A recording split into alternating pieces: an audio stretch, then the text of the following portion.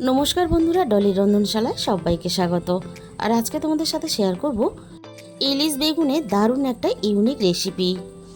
ঘরে থাকা সামান্য কিছু উপকরণ দিয়ে একটু ঘুরিয়ে রান্না করলেই এরকম একটা দারুণ স্বাদের ইলিশ বেগুন তোমরা কিন্তু বানিয়ে নিতে পারবে। ইলিশ মাছ রান্না করতে এমনিতেই খুব বেশি সময় লাগে না, আর তাছাড়া আমি কিন্তু এই রান্নাতে খুব বেশি মশলাও ব্যবহার করিনি। একেবারে প্রায় মশলা ছাড়াই তোমরা এই রেসিপিটা খুব সহজে বানিয়ে নিতে পারবে। আমি এই রান্নার জন্য দুটো বেগুন নিয়েছি, আর বেগুনগুলো লম্বা করে 4 টুকরো করে আমি কেটে নিলাম। বেগুনগুলোকে আমি জলের মধ্যে ডুবিয়ে রেখে দেবো। বাকি কাজগুলোর সাথে সাথে বেগুন থেকে তাহলে অনেকটা কষ বেরিয়ে যাবে। আর একটা বেগুনের মধ্যে অল্প একটু দাগ ছিল, তাই কিন্তু আমি কেটে বাদ দিয়েছি। বেগুনগুলোকে জলের মধ্যে ডুবিয়ে এবার আমি একটা সাইডে রেখে দেবো। আর বন্ধুরা, বেগুন ইলিশ হয়তো তোমরা অনেক রকমভাবে খেয়েছো, তবে আমি যে পদ্ধতিতে রান্না করেছি এই পদ্ধতিতে রান্না করলে বেগুন ইলিশের স্বাদটা কিন্তু সম্পূর্ণ একেবারেই আলাদা হবে। খেতেও যেমন টেস্টি হয় আর বানাতেও কিন্তু খুবই সোজা। আমি এখানে ইলিশ মাছ নিয়েছি। ইলিশ মাছগুলো খুব ভালোভাবে আগে থেকে ধুয়ে পরিষ্কার করে নিয়েছি। এবার আমি ইলিশ মাছের মধ্যে স্বাদ মতো লবণ দিয়ে দিলাম, আর সাথে আমি সামান্য পরিমাণ হলুদ গুঁড়ো দিয়ে দিলাম। এবার আমি ইলিশ মাছের মধ্যে 1 চামচ পরিমাণ সর্ষের তেল দিয়ে দিলাম।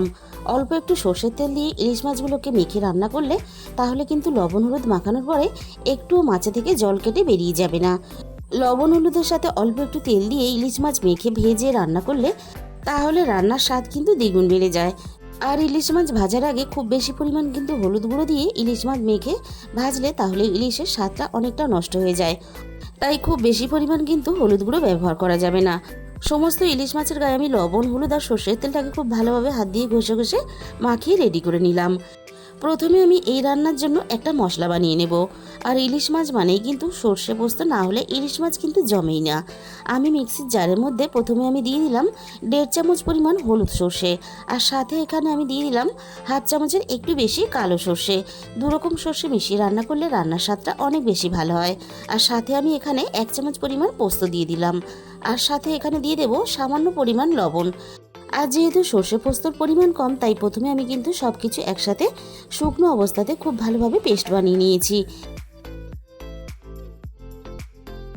এবার আমি ঝালের জন্য দিয়ে দেব 2টো কাঁচা লঙ্কা। এবার আমি এখানে দিয়ে দেব 1/2 চামচ পরিমাণ সর্ষের তেল। অল্প একটু সর্ষের তেল দিয়ে মশলাটাকে বাটলে তাহলে সর্ষের মধ্যে সুন্দর একটা ঝাঁঝ চলে আসবে, আর রান্নার স্বাদটাও কিন্তু অনেকটা বাড়িয়ে দেবে। সামান্য পরিমাণ জল দিয়ে আমি খুব ভালোভাবে সব কিছু আবারও একসাথে পেস্ট করে রেডি করে নিলাম। এবার আমি এটাকে একটা সাইডে রেখে দিয়ে আবারও একটা মশলা রেডি করে নেব। এর জন্য আমি এখানে বাটির মধ্যে অল্প একটু জল নিয়ে নিয়েছি। এবার আমি জলের মধ্যে 1/2 চামচের একটু কম দিয়ে দিলাম হলুদ গুঁড়ো, আর সাথে আমি এখানে আরও একটু ঝালের জন্য 1 চামচ পরিমাণ লঙ্কার গুঁড়ো দিয়ে দিলাম। হলুদ আর লঙ্কার গুঁড়োটা আমি খুব ভালোভাবে মিশিয়ে একটা ঘোল বানিয়ে নেব। আর ইলিশ বেগুন কিন্তু একটু ঝাল ঝাল না হলে খেতে ভালো লাগে না, তবে ঝালের পরিমাণটা অবশ্যই নিজেদের মতো করে ব্যবহার করবে। এবারে আমি মূল রান্নার দিকে চলে এসেছি। এর জন্য আমি প্রথমে কড়াইয়ের মধ্যে পরিমাণ মতো সর্ষের তেল দিয়ে দিলাম। আর আমি এই রান্নাটা কিন্তু পুরোটাই সর্ষের তেলে করব। সর্ষের তেলে রান্না করলে তবেই কিন্তু রান্নার আসল স্বাদটা পাওয়া যায়। সাদা তেলে রান্না করলে রান্নার স্বাদ কিন্তু অতটা ভালো হবে না।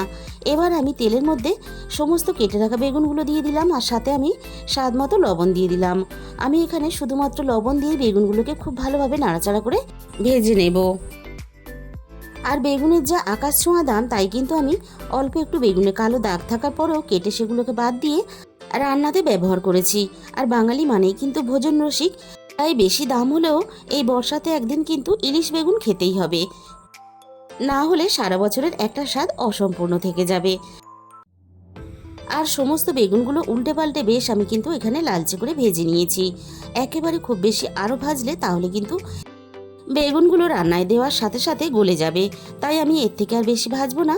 এবার আমি সমস্ত বেগুনগুলো তেলে থেকে ছেঁকে তুলে নেব। বেগুনগুলো তেলে থেকে ছেঁকে তুলে নেওয়ার পরে আমি ওই একই তেলের মধ্যে আরও 3 চামচ পরিমাণ সর্ষের তেল যোগ করে দিলাম। সর্ষের তেলটাকে খুব ভালোভাবে গরম করে নিয়ে এবার আমি মাছগুলো ভাজার জন্য তেলের মধ্যে দিয়ে দিলাম। আর লবণ হলুদ দিয়ে মাছগুলো মাখার সময় অল্প একটু সর্ষের তেল দেওয়ার জন্য দেখো মাছের গায়ে থেকে কিন্তু একটুও লবণ হলুদ ধুয়ে জল কেটে বেরিয়ে যায়নি। মাছগুলো আমি একটা সাইড ভেজে নিয়ে অপর সাইডটা ভাজার জন্য এবার আমি উল্টে দেব। আর মাছগুলো কিন্তু আমি খুব বেশি একেবারে লালচে করে ভাজবো না। আর ইলিশ মাছ কিন্তু খুব বেশি লালচে করে মুচমুচে করে ভাজলে তাহলে কিন্তু ইলিশ মাছের স্বাদটা নষ্ট হয়ে যায়। বেশ একটু হালকা লালচে রং ধরবে, আবার বেশ নরম থাকবে, এরকম করে ইলিশ মাছগুলোকে ভেজে নিতে হবে। সমস্ত মাছগুলো কিন্তু আমার ভাজা রেডি হয়ে গেছে। মাছগুলো এরকম নরম রেখে লালচে করে ভেজে নিয়েছি। এবার আমি সমস্ত মাছগুলোকে তেলে থেকে ছেঁকে আমি তুলে নেব।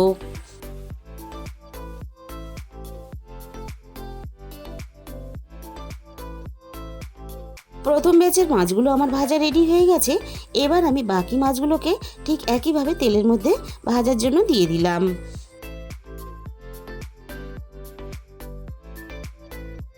বাকি মাছগুলো ঠিক একইভাবে আমি উল্টে পাল্টে বেশ নরম করে লালচে করে ভেজে নেব। সমস্ত মাছগুলো আমার কিন্তু ভাজা রেডি হয়ে গেল। এবার আমি তেলে থেকে ছেঁকে তুলে নিলাম।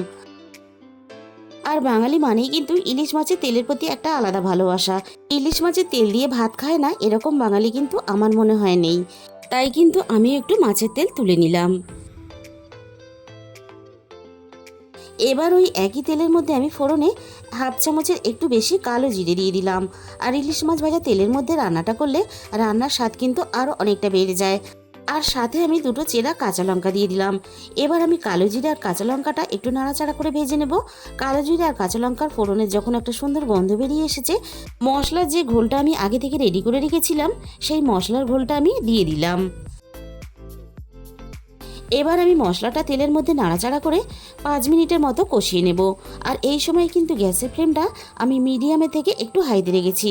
মশলার মধ্যে যে এক্সট্রা আমি জলটা ব্যবহার করেছি, মশলা কষানোর সাথে সাথে এক্সট্রা জলটা আমি টানিয়ে নেব। মশলাটা আমি খুব ভালোভাবে নাড়াচাড়া করে কষিয়ে নিয়েছি। এবার আমি এখানে সর্ষে, পোস্ত আর কাঁচা লঙ্কা দিয়ে যে পেস্টটা আমি রেডি করেছিলাম সেটাও আমি এখানে দিয়ে দিলাম। সর্ষে পোস্ত বাটাটা আমি মিনিট খানেকের মতো সব কিছুর সাথে নাড়াচাড়া করে আবারও একটু কষিয়ে নেব। খুব বেশি কিন্তু আমি কষাবো না, তাহলে সর্ষেটা তেতো হয়ে যাবে।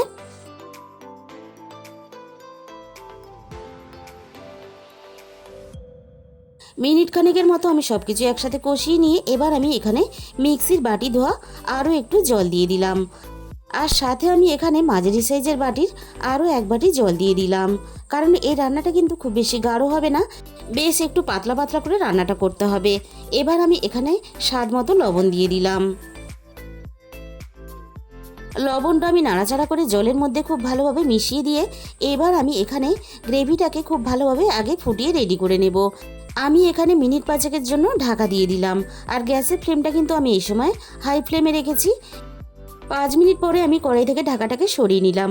আমি কিন্তু এখানে গ্রেভিটাকে খুব ভালোভাবে ফুটিয়ে রেডি করে নিয়েছি। এবার আমি ভেজে রাখা সমস্ত মাছগুলো একে একে গ্রেভির মধ্যে দিয়ে দেব। গ্রেভিটাকে আগে থেকে ফুটিয়ে এই রান্নার জন্য রেডি করে নিতে হবে, কারণ ভাজা মাছ আর ভাজা বেগুন দেওয়ার পরে খুব বেশিক্ষণ কিন্তু রান্নাটা করা যাবে না। এবার আমি সমস্ত ভাজা মাছগুলোকে হালকা হাতে নাড়াচাড়া করে আমি গ্রেভির মধ্যে মিশিয়ে দেব। এবার আমি এখানে ভেজে রাখা বেগুনগুলো দিয়ে দেব। বেগুন আর মাছ যদি অনেকটা সময় ফুটিয়ে রান্না করা হয় তাহলে বেগুনটা কিন্তু সিদ্ধ হয়ে একেবারে রান্নার সাথে মিশে যাবে, আর মাছগুলোও কিন্তু রান্নার পরে ভেঙে যেতে পারে। বেগুনগুলো আমি হালকা হাতে গ্রেভির মধ্যে মিশিয়ে দিলাম। ইলিশ আর বেগুনটা মশলার সাথে পাক হয়ে রান্না হওয়ার জন্য আরও 5 মিনিটের জন্য এখানে ঢাকা দিয়ে দিলাম। 5 মিনিট পরে আমি কড়াই থেকে ঢাকাটাকে সরিয়ে নিলাম। বেগুনটাও খুব ভালোভাবে সিদ্ধ হয়ে গেছে আর মাছগুলোও কিন্তু খুব সুন্দরভাবে নরম হয়ে গেছে। বেগুন ইলিশ কিন্তু আমার এখানে একেবারে রেডি হয়ে গেছে। তাহলে বন্ধুরা, একদিন হলেও তোমরা এই রেসিপিটা অবশ্যই বাড়িতে ট্রাই করে দেখো, আমি তোমাদের কথা দিলাম ভালো লাগবে। তাহলে বন্ধুরা, আজকের এই রেসিপিটা ভালো লাগলে প্লিজ একটা ভিডিওতে লাইক করে দিও, আর প্রচুর প্রচুর নিজেদের বন্ধুদের মধ্যে শেয়ার করে দিও। আর চ্যানেলে যে সমস্ত নতুন বন্ধুরা এখনও পর্যন্ত আমার চ্যানেলটাকে সাবস্ক্রাইব করোনি, এরকম নতুন নতুন অনেক রেসিপি পেতে আমার চ্যানেলটাকে সাবস্ক্রাইব করে পাশে থাকা বেল আইকনটা অল করে দিও। তাহলে আমি যখনই কোনো নতুন রেসিপি আপলোড করব সবার আগে তোমার কাছে পৌঁছে যাবে। আর তোমাদের মূল্যবান সময় দিয়ে আমার এই রেসিপিটা শেষ পর্যন্ত এতক্ষণ সময় দিয়ে দেখার জন্য তোমাদের সবাইকে অসংখ্য ধন্যবাদ। আজকে তাহলে এই পর্যন্ত।